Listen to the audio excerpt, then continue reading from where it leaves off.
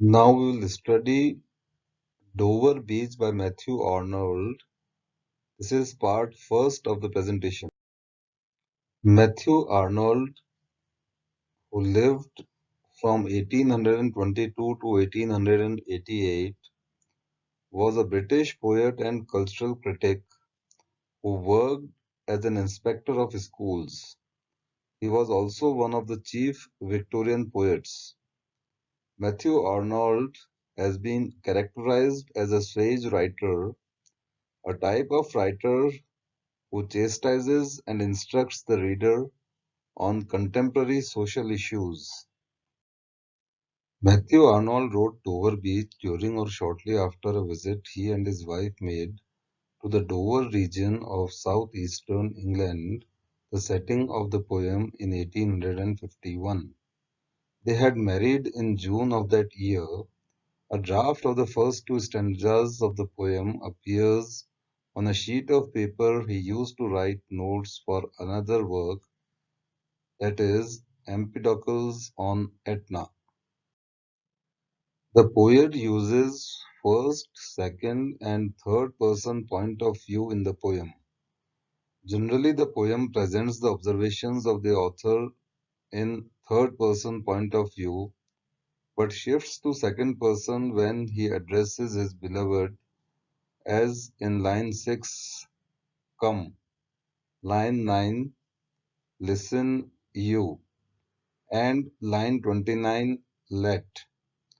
The person addressed in the poem, lines 6, 9, and 29, is Matthew Arnold's wife, Frances Lucy Whiteman.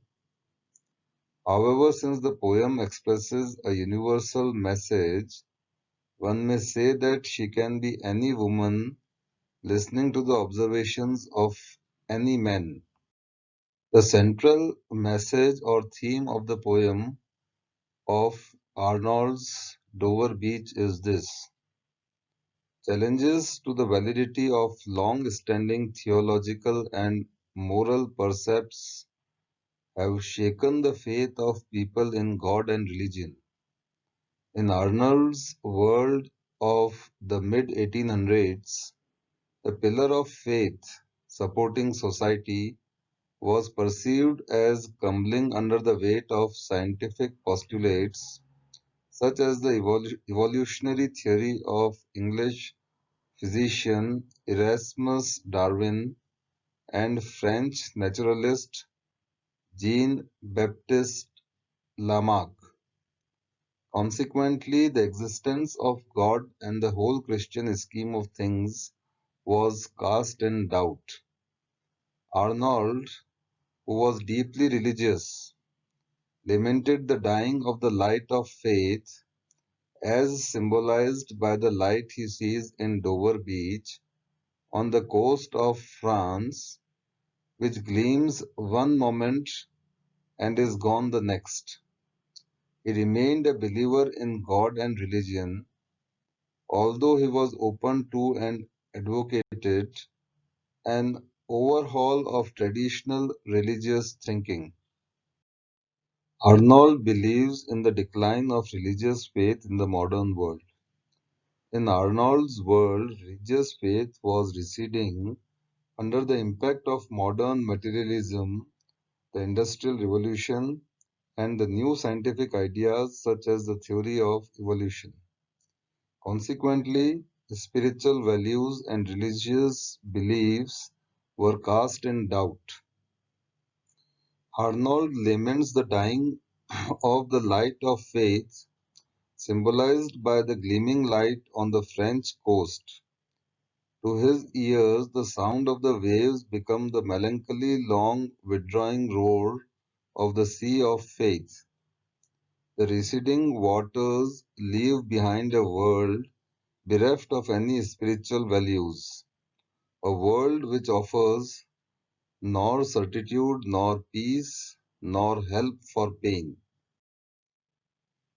Dover Beach is a poem with the mournful tone of an elegy and the personal intensity of a dramatic monologue. Because the meter and rhyme vary from line to line, The poem is said to be in free verse, that is, it is unencumbered by the strictures of traditional versification. However, there is cadence in the poem achieved through the following. Elegy.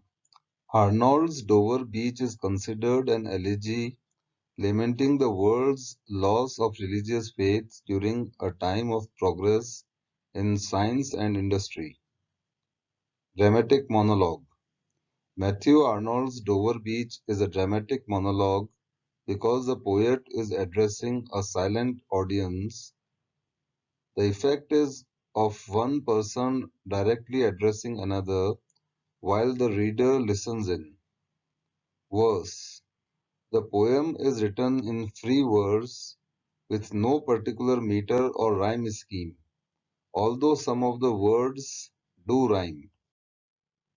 Let us read the poem Dover Beach.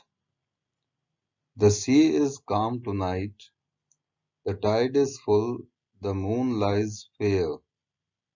Upon the straits, on the French coast, the light gleams and is gone. The cliffs of England stand, glimmering and vast, out in the tranquil bay.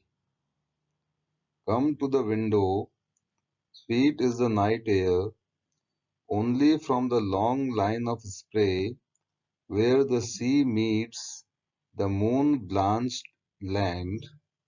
Listen, you hear the grating roar of pebbles which the waves draw back and fling, at their return up the high strand, begin and cease, and then again begin, with tremulous cadence slow, and bring the eternal note of sadness in.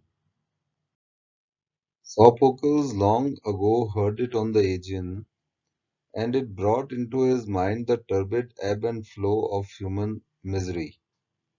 We find also in the sound a thought, hearing it by this distant northern sea. The sea of faith was once too at the full, and round earth's shore lay like the folds of a bright girdle furled.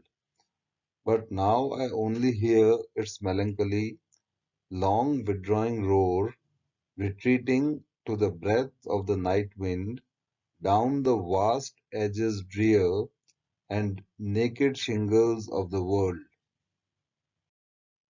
Ah, love, let us be true to one another, for the world which seems to lie before us like a land of dreams, so various, so beautiful, so new, hath really neither joy, nor love, nor light, nor certitude, nor peace, nor help for pain.